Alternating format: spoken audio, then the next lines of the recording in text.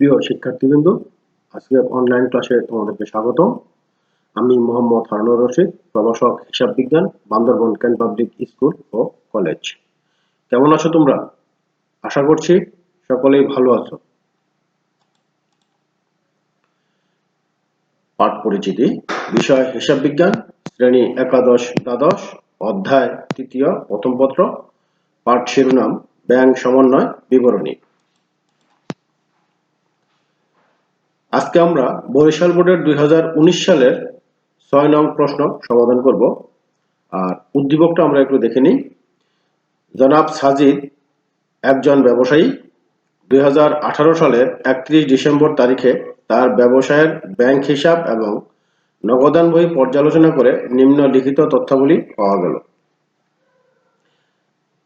নগদান বই অনুযায়ী ব্যাংক জমার উদ্ধৃত্ত 32,500 টাকা, কিন্তু ব্যাংক বিবরণী অনুযায়ী ব্যাংক জমার উদ্ধৃত্ত 21,500 টাকা। পাওনাদার বরাবর ইস্যুকৃত মোট 60,000 টাকার 3টি চেকের মধ্যে 45,000 টাকার 2টি চেক ডিসেম্বর মাসে ব্যাংক কর্তৃক পরিশোধিত হয়েছে। দেনাদারের নিকট থেকে প্রাপ্ত 45,000 টাকার 2টি চেক এবং 20,000 টাকার একটি প্রাপ্য বিল ব্যাংকে জমা দেওয়া হলেও এই হিসাব বছরে শুধুমাত্র প্রাপ্য বিলের টাকা ব্যাংক কর্তৃক আদায় হয়েছে। 3,000 টাকার একখানা প্রাপ্য বিল 2,500 টাকায় বাট্টা করা হলেও নগদান বইতে পূর্ণ মূল্যে লিপিবদ্ধ করা হয়েছে। বিনিয়োগের সুদ 15,500 টাকা ব্যাংক কর্তৃক সরাসরি আদায় হয়েছে, কিন্তু নগদানভুক্ত হয়নি। আদায়ের জন্য 5,500 টাকার 2টি চেক ব্যাংকে জমা দিলেও তা নগদানভুক্ত হয়নি। ব্যাংক জমার সুদ 1,000 টাকা এবং ব্যাংক কর্তৃক ধার্যকৃত চার্জ 2,500 টাকা নগদানভুক্ত হয়নি।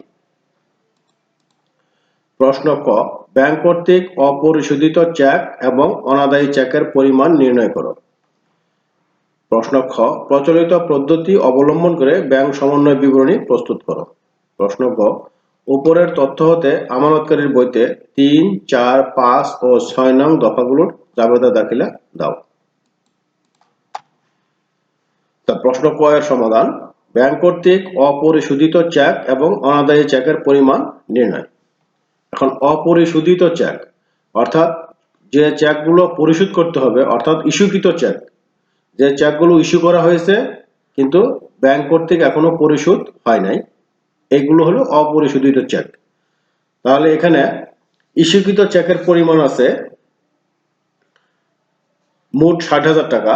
আমাদের এই যে 2 নাম্বার যেটা ছিল, ইস্যুকৃত চেকের পরিমাণ ছিল 60,000 টাকা। এর মধ্যে যেহেতু 60,000 টাকার 3টি চেক ছিল, তার মধ্যে 45,000 টাকার 2টি চেক পরিশোধ হয়েছে। তাহলে 60,000 থেকে পরিশোধটা বাদ দিলে অপরিশোধিত থাকে 15,000 টাকা, এটাই অপরিশোধিত চেক। আবার বলা হয়েছে অনাদায়ী চেক, অর্থাৎ যে চেকের টাকা এখনো আদায় হয়নি, মানে চেক জমা দেওয়া হয়েছে কিন্তু ব্যাংক এখনো আদায় করেনি। এটা আছে 3 নম্বর সমন্বয় আছে, দেনাদারের কাছ থেকে প্রাপ্ত 45,000 টাকার 2টি চেক এবং 20,000 টাকার একটি প্রাপ্য বিল ব্যাংকে জমা দেওয়া হলেও এই হিসাব বছরের শুধু প্রাপ্য বিলের টাকা ব্যাংক কর্তৃক আদায় হয়েছে, শুধু প্রাপ্য বিলের টাকা আদায় হয়েছে। তার মানে চেকের টাকা এখনো আদায় হয়নি, তাহলে পুরো টাকাটাই বাকি আছে। এই 45,000 টাকা পুরোটাই বাকি আছে, তাই অনাদায়ী চেকের পরিমাণ 45,000 টাকা। এখন আমরা খ প্রশ্নের সমাধান করব। ব্যাংক সমন্বয় বিবরণী। যেহেতু উদ্দীপকে নগদান বই অনুযায়ী ব্যাংক জমা দেওয়া আছে, তাহলে আমাদের মিলকরণ করতে হবে ব্যাংক বিবরণীর ব্যাংক জমার সাথে। তাহলে ব্যাংক বিবরণীর ব্যাংক জমার সাথে যদি মিলকরণ করতে হয়, তাহলে ব্যাংক বিবরণীতে যদি টাকা বেশি থাকে তাহলে আমাদের যোগ করতে হবে, আর ব্যাংক বিবরণীতে টাকা যদি কম থাকে তাহলে বিয়োগ করতে হবে। অর্থাৎ যে সকল এন্ট্রির কারণে ব্যাংক বিবরণীতে টাকা বৃদ্ধি পেয়েছে ওই সকল এন্ট্রি যোগ করতে হবে, আর যে সকল এন্ট্রির কারণে ব্যাংক বিবরণীতে হ্রাস পেয়েছে বা ব্যাংক বিবরণীতে জমাকৃত অর্থ হ্রাস পেয়েছে ওইগুলো বিয়োগ করতে হবে। তো আমরা দেখি, নগদান বই অনুযায়ী ব্যাংক জমার উদ্ধৃত্ত 32,500 টাকা। এরপরে পাওনাদার বরাবর ইস্যুকৃত 60,000 টাকার 3টি চেকের মধ্যে 45,000 টাকার 2টি চেক ব্যাংক কর্তৃক পরিশোধিত হয়েছে। তাহলে 60,000 থেকে 45,000 বাদ দিলে 15,000 টাকা এখনো পরিশোধ হয় নাই, অর্থাৎ এই টাকাটা ব্যাংকে বেশি আছে। বেশি থাকলে আমরা যোগ করব, তাহলে ইস্যুকৃত চেক পরিশোধিত হয়নি, অর্থাৎ 15,000 টাকা। এরপর দেনাদারের কাছ থেকে প্রাপ্ত 45,000 টাকার দুটি চেক, 20,000 টাকার একটি প্রাপ্য বিল ব্যাংকে জমা দেওয়া হলেও এই হিসাব বছরে শুধু প্রাপ্য বিলের টাকা ব্যাংক কর্তৃক আদায় হয়েছে। তাহলে প্রাপ্য বিল আদায় হয়েছে 20,000 টাকা, তাহলে চেকের টাকা আদায় হয়নি, অর্থাৎ ব্যাংকে জমা দেওয়া হয়েছিল কিন্তু আদায় হয়নি, তাহলে ব্যাংকের টাকার পরিমাণ কম আছে, তাই বিয়োগ করতে হবে। তাহলে এখানে হচ্ছে আদায়ের জন্য জমাকৃত চেক আদায় হয়নি 45,000 টাকা। এরপরে বলা হয়েছে 3,000 টাকার একখানা প্রাপ্য বিল 2,500 টাকায় বাট্টা করা হলেও নগদান বইতে পূর্ণ মূল্য লিপিবদ্ধ করা হয়েছে, অর্থাৎ নগদান বইতে লিপিবদ্ধ করা হয়েছে 3,000 টাকা আর ব্যাংকে জমা করা হয়েছে 2,500 টাকা।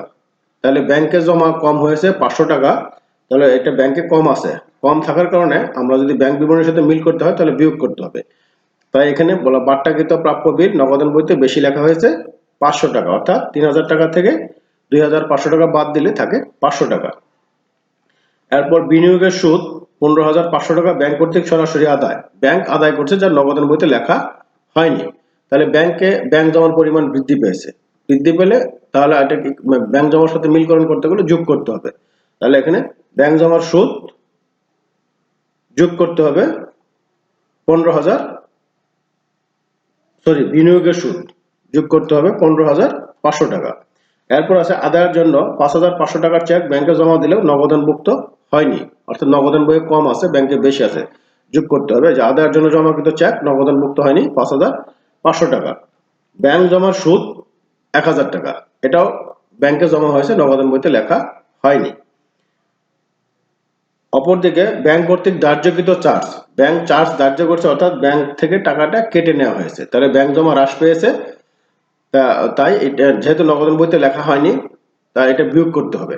অর্থাৎ ব্যাংক জমা হ্রাস পেয়েছে মানে ব্যাংকের টাকা কম আছে, তাহলে ব্যাংক বিবরণীর সাথে মিলকরণ করতে হলে বিয়োগ করতে হবে।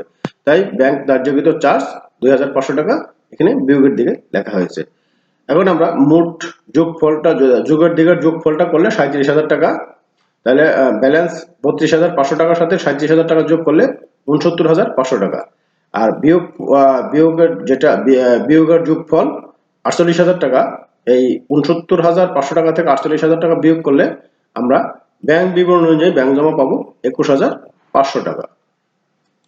এখন আমরা গ প্রশ্নের সমাধান করব, অর্থাৎ এখানে আমাদের জাবেদা করতে বলা হয়েছে 3, 4, 5, 3, 4, 5 এবং 6 নং দফা জাবেদা। এখানে ব্যাংকে চেক জমা দেওয়া হয়েছিল কিন্তু আদায় হয়নি, আদায় না হওয়ার কারণে ব্যাংকের টাকাটা জমা হয়নি, তাই আমাদের উল্টা এন্ট্রি দিতে হবে।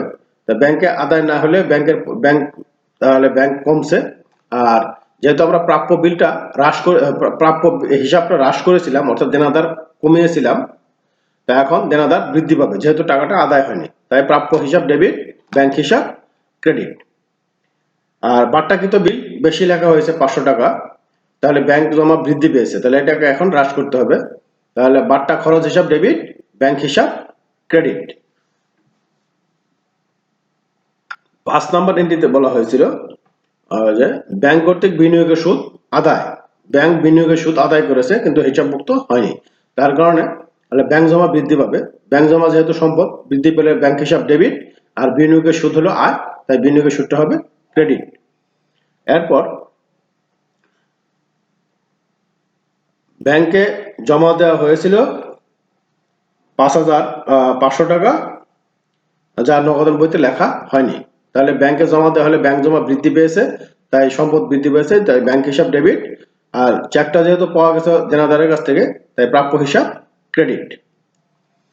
এইভাবে আমাদের জাবেদাগুলোকে করতে হবে। তো তোমাদের এখন বাড়ির কাজ থাকবে, তোমাদের পাঠ্য বইয়ের 10 নং অঙ্ক তোমরা বাসায় সমাধান করবে। তো আমাদের আজকের আলোচনা মোটামুটি এখানেই শেষ। তোমাদের সকলকে ধন্যবাদ দিয়ে আজকের আলোচনা এখানেই শেষ করছি। ধন্যবাদ সকলকে।